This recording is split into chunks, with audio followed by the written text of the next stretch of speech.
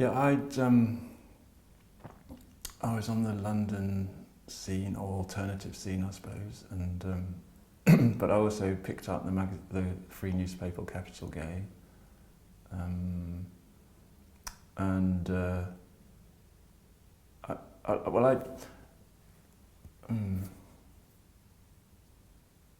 wasn't just that I picked up Capital Gay. It was that I'd met a couple of people who were very independent filmmakers. I'd met this guy Thomas and had a little affair with him, and he was part of the London Filmmakers Co-op, and he was making Super 8 films.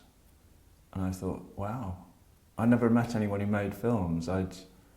In those days, people didn't have phones with cameras in. Cameras were like television and huge and expensive, and as far as I was concerned anyway.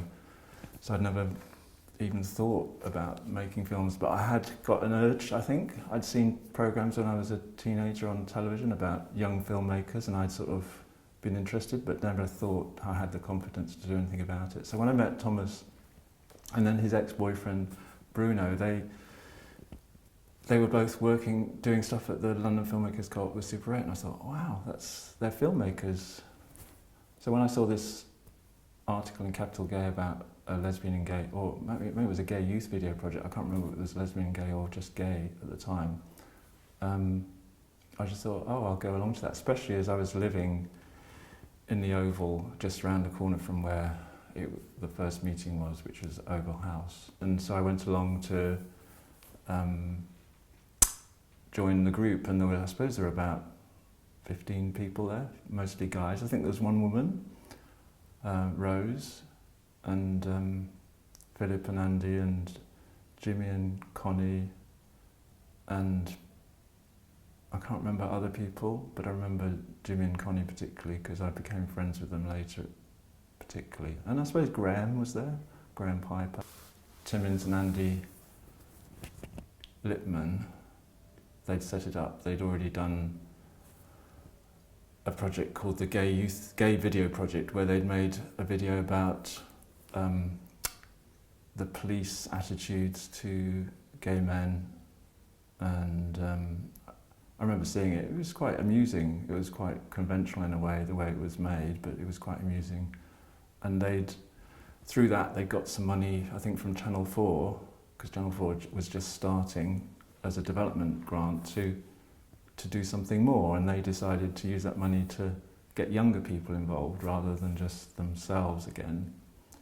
And so that was why they'd advertised in Capital Gay. They might even mention Channel 4, which probably would have attracted a few people.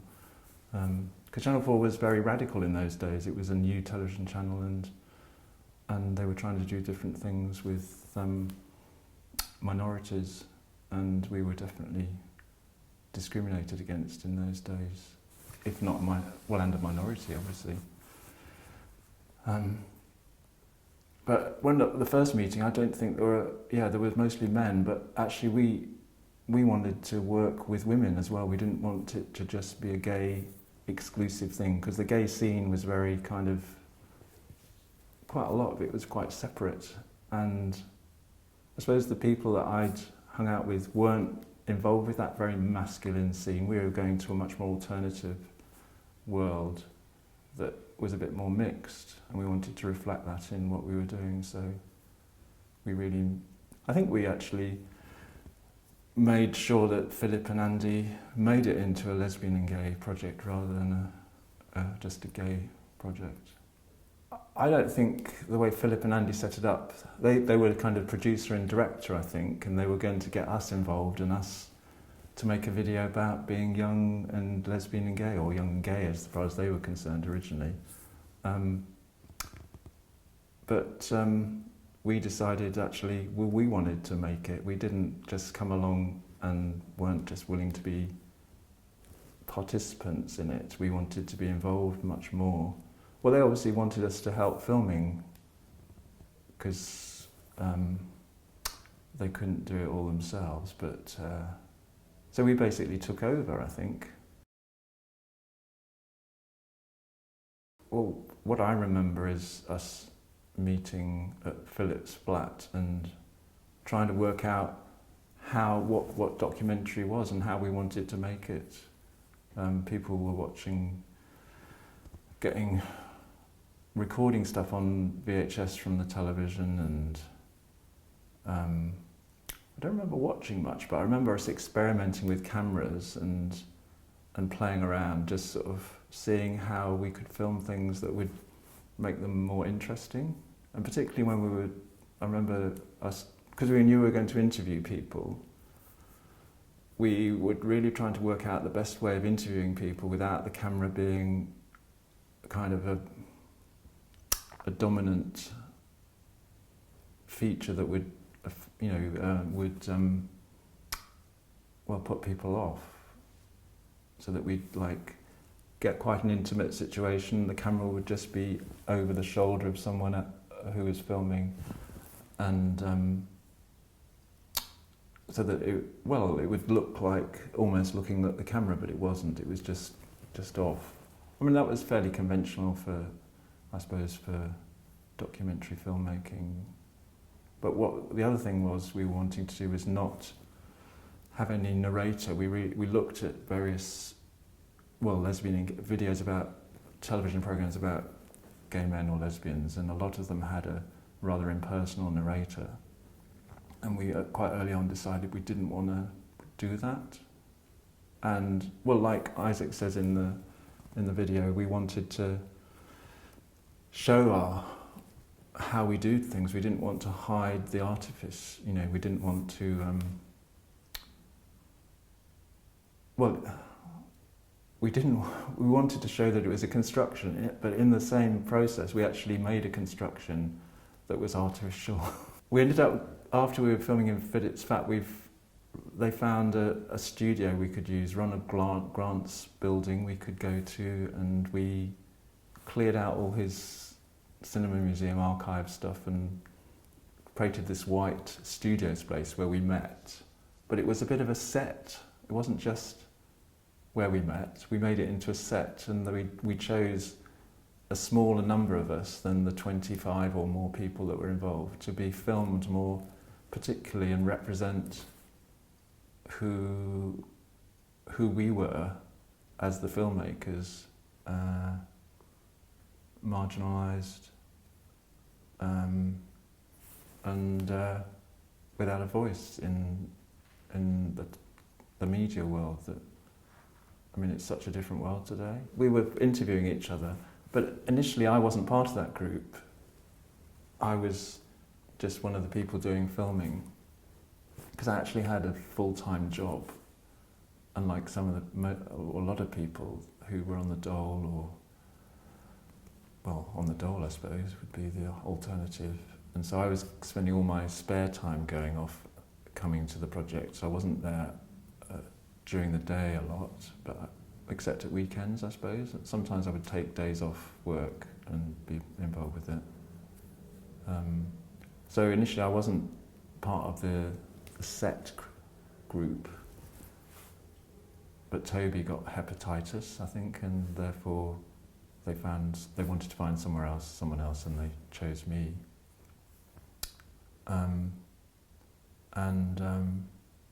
So we interviewed each other on camera, so we could see ourselves interviewing each other, but then we also interviewed other people in clubs and pubs and stuff, people that we knew. But that was, I suppose there was the kind of relationship between the interviewee and the interviewer that was so that we knew the person who was interviewing, not just we didn't just find out about the interviewee, so we didn't exclude the questions. Well, we were asking about their relationship with their parents, family coming out, their sexual relationships, their partners, basically a lot of any discrimination and violence that we'd been suffering. I think that covers most of the subjects, because it's only 40-minute documentary, so there's little people talking about those. There's several people talking about all those different areas. But then there's a more political dimension. Some people were interviewed and talked about it more politically. Mark Ashton, in particular, that gets included at the end. Well, like Mark says, you know, he couldn't see himself as gay and not question the whole society that he was in. And I think that was true for me, definitely. I could see that I was discriminated against, and therefore I had sympathy and empathy with other groups of people and other minorities. And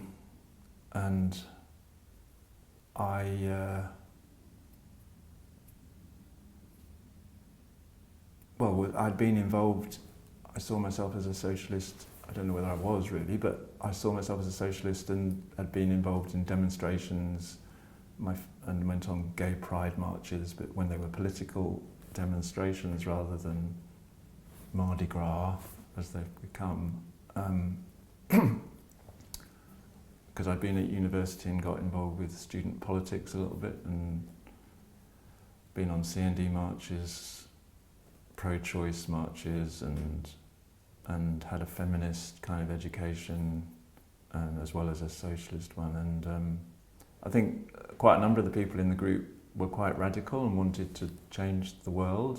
I mean, I suppose what I really do remember is being in Philip's Fat and doing these little workshops. Sort of, we kind of created a bit of a curriculum of filmmaking for ourselves, you know, and studying what other people had done, but also experimenting with how you could use a camera and look at the possible effects of how a camera has on a situation. And I just remember finding that very exciting and inspiring, really, because it was a period of creativity and friendship building as well. You know, we all became really good friends for the whole year. It was an intense time. It's a bit like doing a university degree when it was edited. I wasn't involved directly with a lot of the editing because I was at work during the day, but I remember coming in the evenings and talking about it. And because some of the filming we'd done was actually pretty rubbish in terms of wobbly camera and things not looking that good, and we were in this edit suite that had a freeze frame store, which was like the height of video effects at the time. People started experimenting with using stills of interviews rather than having wobbly, you know, judgery zooms in or whatever. And that really worked because it meant that you actually became much more aware of what people was. I think people become much aware of people were saying when they didn't have the distraction of a moving image, and it became quite a feature of the way it was edited. And it also meant that people could edit the sound just how they wanted it, rather than what actually people said. So it was incredibly manipulative, but in a way that was telling the truth. We didn't want to kind of we didn't want to kind of put people in a bad light. The way we were editing it was actually to make people sound better rather than take things out of context and put words into the mouth that wasn't what they said. Though having said that, my interview sort of implies I'd said something that I didn't because of the way it's been edited, which kind of was fine, but it wasn't how I said it. And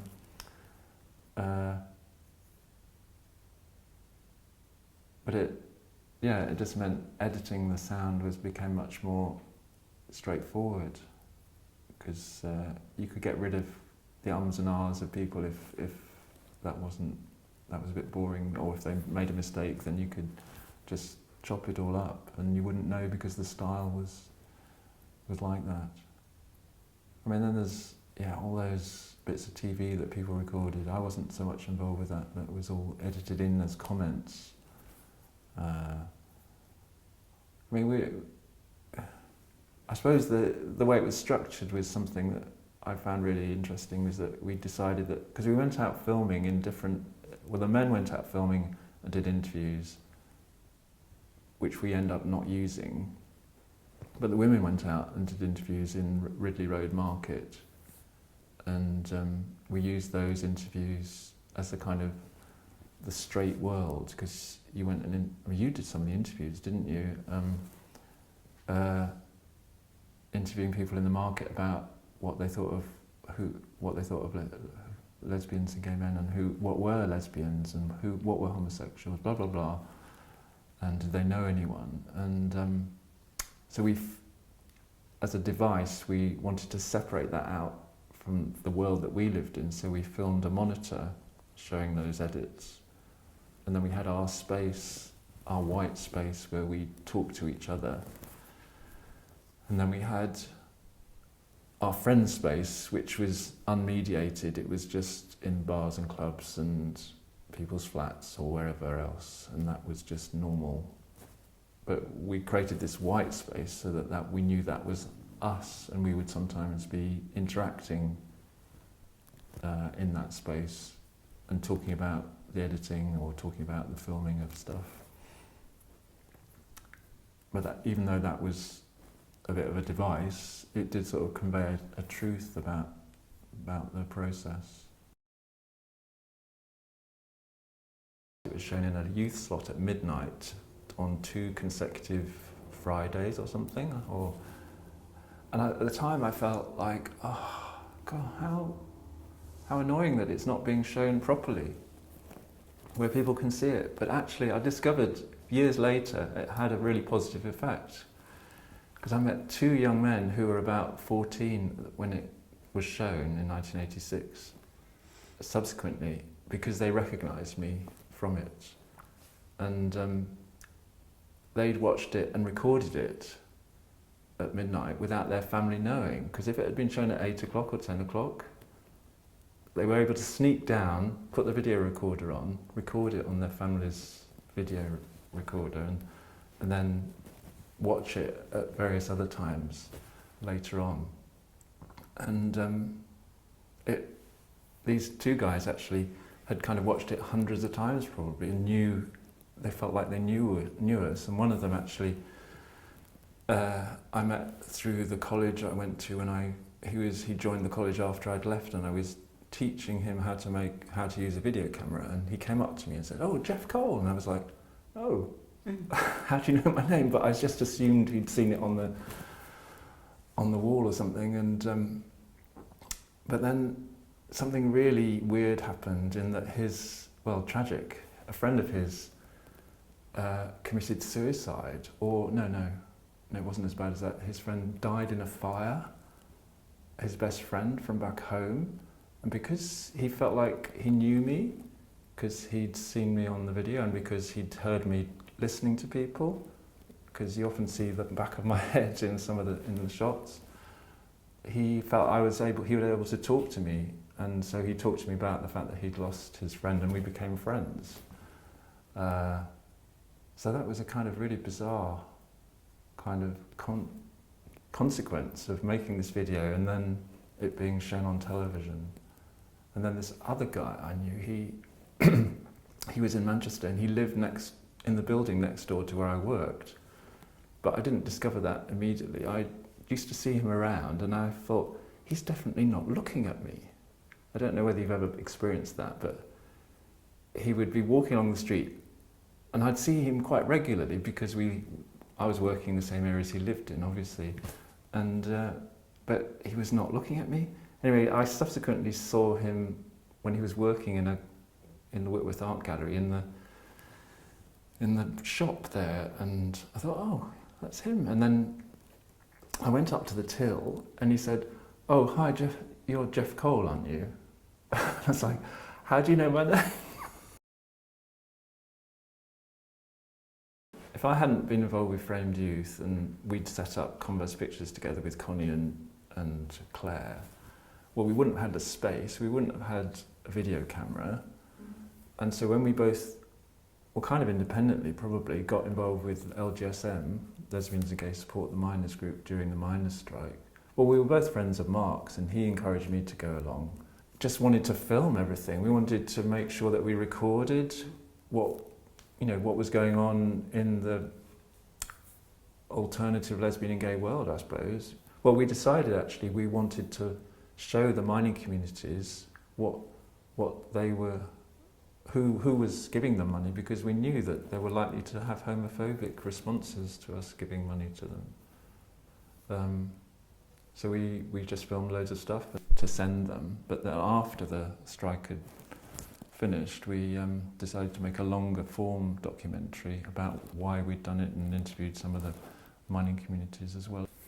Well, we went to some of the places where we collected money, interviewed people during the strike, I remember as well. So through that, and through me putting it online, this All Out Dancing into Life video, which we finished in '86, the writer of Pride was able to realise that this story that he'd heard about lesbians and gay men supporting miners, which he thought was completely, couldn't happen, was actually true, and got in contact with people. So we never know what the consequences of, things happen, in Framed Youth. We just think of it, I kind of think of it as a period in my life that was really, really formative, but it may well have influenced other people in ways that we've got no idea. Yeah. As a result of it, several of us really wanted to carry on making films and seeing what we could do to do that afterwards. It wasn't, I suppose several of us did really see it as not a springboard, but as a way of developing ourselves. Profound effect, yeah. I think I'd done a degree in electronics, which I thought was a bit more interesting than it turned out to be. And then I tried to work as a research engineer, but I was pretty rubbish at it, to be honest, because I wasn't really that scientific in lots of ways. And being involved with Framed Youth encouraged me to explore my creative side in a way that I hadn't done before. And then we set up Converse Pictures and tried to get some money from Channel 4. We did get some money from Channel 4, didn't we, to set up a development project to make some more queer television, although we probably didn't use that term then, lesbian and gay television.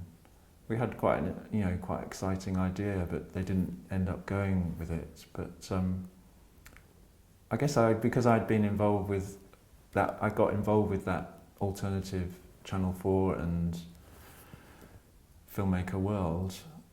I got inspired that maybe I needed to learn more about it, because most of the people I'd met had done an arts degree of some sort and had got some idea of film theory or literary theory or whatever, and so I decided to go to film school and study film properly, and that was an amazing experience as well. I've been working as a documentary maker for the last 20 years, working in a small Buddhist charity.